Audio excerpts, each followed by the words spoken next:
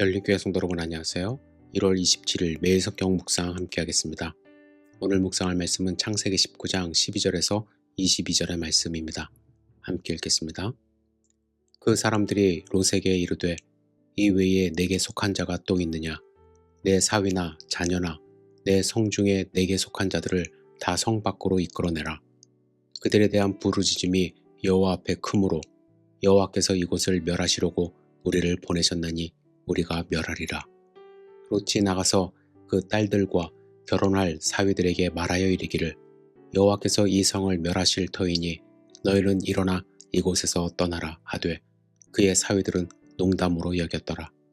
동틀 때에 천사가 롯을 재촉하여 이르되 일어나 여기 있는 내 아내와 두 딸을 이끌어내라. 이 성의 죄악 중에 함께 멸망할까 하노라. 그러나 롯이 지체하매 그 사람들이 롯의 손과 그 아내의 손과 두 딸의 손을 잡아 인도하여 성 밖에 두니 여호와께서 그에게 자비를 더하심이었더라. 그 사람들이 그들을 밖으로 이끌어낸 후에 이르되 도망하여 생명을 보존하라. 돌아보거나 들에 머물지 말고 산으로 도망하여 멸망함을 면하라.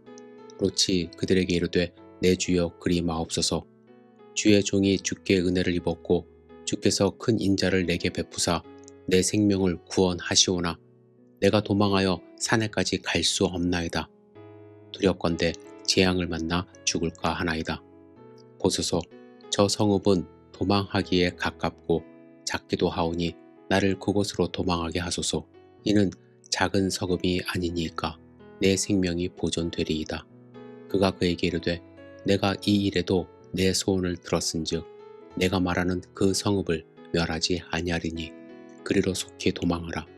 내가 거기 이르기까지는 내가 아무 일도 행할 수 없노라 하였더라. 그러므로 그 성읍 이름을 소알이라 불렀더라. 아멘.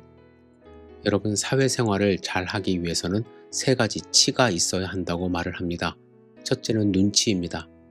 눈치만큼 중요한 덕목도 없다고 하죠. 눈치가 없으면 손해보는 일이 많습니다. 일적으로나 또 관계적으로도 그렇습니다. 특히 눈치가 없으면 동료들에게 욕을 먹기 십상인데 그 욕을 주로 없을 때 하기 때문에 눈치가 없으면 욕 먹는지도 모르고 계속 눈치 없게 행동하게 됩니다. 두 번째는 염치입니다. 염치가 없는 경우는 보통 상하 관계에서 윗사람이 아랫사람에게 눈치 없이 행동하는 경우가 많다고 합니다. 아래에 있을 때 윗사람을 보고 배운 대로 따라 행동하거나 내가 윗사람이니까 이 정도는 양해 되겠지 하고 무심하게 행동하게 되는데 아랫사람은 또 나름대로 윗사람에 대한 기대와 리스펙트가 있기 때문에 더욱 쉽게 실망감을 느끼거나 무시하는 마음을 갖게 됩니다. 셋째는 수치입니다. 정확히 말하면 수치심이라고 할 수 있는데 수치심이 없으면 부정한 일을 마음대로 저지르게 됩니다. 죄책감을 느끼지 못하기 때문이죠. 오늘 본문에 보시면 하나님의 사자가 소돔성에 가서 롯의 가족을 만나 소돔성을 심판할 것에 대한 말씀을 하십니다. 심판을 말씀하시면서 빨리 이곳을 나가라고 심판을 피할 수 있는 기회에 대한 언급을 하십니다. 만약에 여러분이 이런 소식을 들으면 어떤 반응을 하시겠습니까? 여러분은 하나님의 말씀을 믿는 사람들이기 때문에 그 일의 심각성을 받아들여 즉시로 그 성을 빠져나가려 할 것입니다. 하지만 롯의 가족들은 이 세 가지 치가 없는 모습을 보이고 있습니다. 첫째로 사위들은 하나님의 말씀을 농담으로 여겼습니다. 눈치가 없는 것입니다. 지금 장인될 사람이 이 성이 멸망할 것이라고 말하는데 그 말을 눈치 없게 농담으로 생각해서 움직일 생각을 하지 않는 것입니다. 눈치가 있으면 밥을 굶지 않는다는 말을 하기도 하는데요. 이들은 눈치 없이 행동해서 멸망의 길로 가고 있는 것입니다. 둘째로 롯이 염치가 없는 행동을 합니다. 저 같으면 하나님이 심판하신다는 말씀을 하신 후에 한시도 그곳을 있을 수 없을 것 같은데 15절에 이렇게 말합니다. 동틀 때에 천사가 롯을 재촉하여 이르되 일어나, 이런 말씀이 있죠. 천사가 깨워야 했고 천사가 재촉을 해야 했습니다. 죄가 많은 곳에 와서 사는 사람이라면 염치가 있으면 스스로 알아서 주변 사람들을 깨워 준비시켜야 하고 스스로 알아서 준비해야 하는데 16절에 보면 롯이 지체하여 여호와의 사자들이 아내와 딸들의 손을 잡고 인도하는 상황까지 가게 됩니다. 16절 읽겠습니다. 그러나 롯이 지체하며 그 사람들이 롯의 손과 그 아내의 손과 두 딸의 손을 잡아 인도하여 성 밖에 두니 여호와께서 그에게 자비를 더하심이었더라. 그리고 마지막으로 그들에게는 수치심도 없었습니다. 하나님은 그들에게 자비를 더하셔서 손을 이끌고 나오면서 산으로 도망하여 멸망을 면하하셨습니다. 그렇다면 여러분은 어떻게 할까요? 죽어라고 뛰어가지 않을까요? 그런데 이 와중에 19절의 말씀 보시면은요. 주의 종이 주께 은혜를 입었고 주께서 큰 인자를 내게 베푸사 내 생명을 구원하시오나 내가 도망하여 산에까지 갈 수 없나이다. 두렵건대 재앙을 만나 죽을까 하나이다. 이 와중에 딜을 하는 거예요. 나는 너무 힘들어서 산까지는 갈 수 없습니다. 중간에 재앙을 만나 죽을 것 같습니다. 그래서 20절에 이렇게 말합니다. 보소서 저 성읍은 도망하기에 가깝고 작기도 하오니 나를 그곳으로 도망하게 하소서. 이는 작은 성읍이 아니니까 내 생명이 보존되리이다.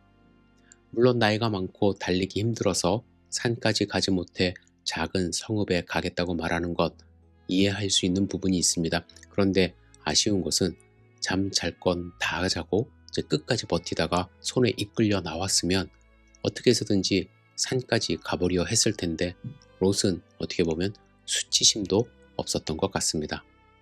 눈치, 염치, 수치가 없었던 롯에게 하나님은 끝까지 손을 내밀어 주십니다. 여러분 그 이유를 아십니까? 그가 바로 아브라함의 조카이기 때문에 그렇습니다. 아브라함에게 주신 축복이 그에게까지 영향을 미치고 있는 것입니다. 그런데 롯은 하나님의 이 사랑을 깨닫지 못하고 실망스러운 모습을 오늘 본문 가운데 보이고 있습니다. 우리의 신앙생활은 어떻습니까? 나를 위해 이 땅에 흠없는 예수님이 오셔서 십자가에 달려 죽으셨습니다. 우리는 그 사실을 믿는 자들입니다. 그렇다면 우리의 삶은 어떠해야 할까요? 눈치 있게 하나님 섬겨야죠. 염치 있게 하나님의 말씀에 순종하고 수치심을 알고 죄를 범하지 말아야 할 것입니다. 여러분, 오늘 하나님을 기쁘시게 하는 삶을 살기 위하여 나에게 필요한 것은 무엇인지 다시 한번 생각해보고 나에게 부족한 면을 하나님께서 채워주시기를 간절히 바라며 또한 우리가 말씀으로 훈련받는 소중한 하루 되시기를 주님의 이름으로 축복합니다. 기도하겠습니다. 사랑과 은혜가 충만하신 아버지 하나님, 우리의 삶을 지켜주시옵소서. 롯과 같이 끝까지 하나님을 실망시키는 삶을 살지 않도록 인도하여 주시고 준비된 자로서 하나님의 일꾼으로서 성실하게 하나님의 말씀에 순종하며 살아갈 수 있도록 주여 인도하여 주시옵소서. 오늘 하루의 삶을 온전히 주님께 의지하며 드립니다. 예수님의 이름으로 기도드렸사옵나이다. 아멘.